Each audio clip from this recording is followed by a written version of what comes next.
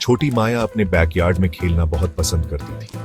वह घंटों तक अपने खिलौनों के साथ खेलती रहती थी। कभी कभी फूलों के बीच छुप छुपाई खेलती थी। एक धूप वाली दोपहर उसने पुराने बरगद के पेड़ के नीचे कुछ चमकता हुआ देखा। उसकी आंखें चमक उठी और वह तुरंत उस दिशा में दौड़ी।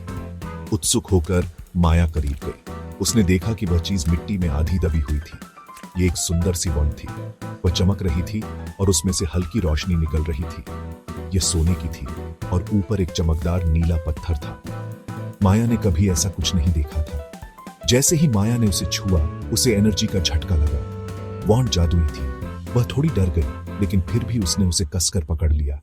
माया अपनी किस्मत पर यकीन नहीं कर सकी। उसने सोचा कि यह सब एक सपना है। उसने अपनी आंखें बंद कर लीं और कामना की कि वह एक जादुई दुनिया में हो। उसके दिल की धड़कन तेज हो गई। जब उसने अपनी आंखें खोली तो वह बात करने वाले जानवरों से घिरी हुई थी। यह एक अद्भुत दृश्य था। एक छोटी सी टोपी पहने एक मिलनसार गिलहरी ने उसका अभिवादन किया। गिलहरी ने कहा, नमस्ते माया, विस्परिंग वुड्स में आपका स्वागत है। उसने चहचहाया। माया बहुत उत्साहित थी। उसने कभी नहीं सोचा था कि उसकी कामना सच हो जाएगी। वह आखिरकार एक जादुई साहसिक कार्य करने वाली थी। उसकी यात्रा अब शुरू हो रही थी और वह बहुत खुश थी। विस्परिंग वुड्स आश्चर्यों से भरा था। यह एक ऐसा स्थान था जहां हर कदम पर जादू और रहस्य छिपे हुए थे। माया बात करने वाले खरगोशों, चहकते पक्षियों और हंसते हुए पेड़ों के साथ बातचीत करती थी। शरारती परियों और यहां तक कि एक गुस्सैल बेजर से भी मिली, जिसे बेक करना पसंद था। हर दिन एक नया रोमांच लेकर आता था। उसकी वॉन्ड ने उसे यह समझने में मदद की कि जानवर क्या कह रहे हैं। यह एक अद्भुत शक्ति थी जिसने उसे जानवरों के साथ गहरा संबंध बनाने में मदद की। उसने अपनी वॉन्ड का इस्तेमाल स्वादिष्ट जामुन उगाने और अंधेरे जंगल के रास्तों को रोशन करने के लिए किया।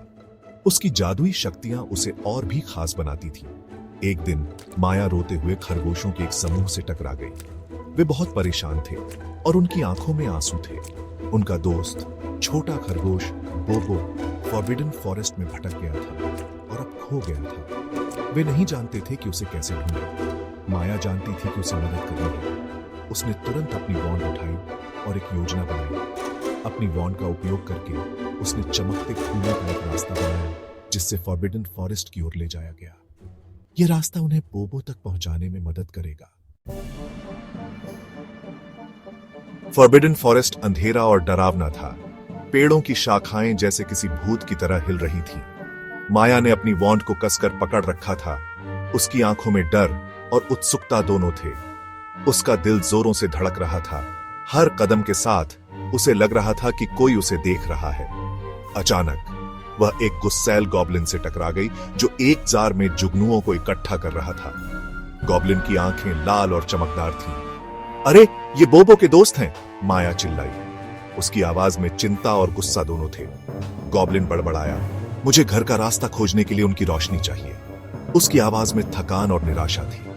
माया को गॉब्लिन पर तरस आया। उसने सोचा शायद वह उसकी मदद कर सकती है। उसने अपनी वॉन्ड का उपयोग एक जादुई गोला बनाने के लिए किया जो जुगनुओं से भी ज्यादा चमकता था। गॉब्लिन बहुत खुश हुआ। उसकी आंखों में खुशी की चमक थी।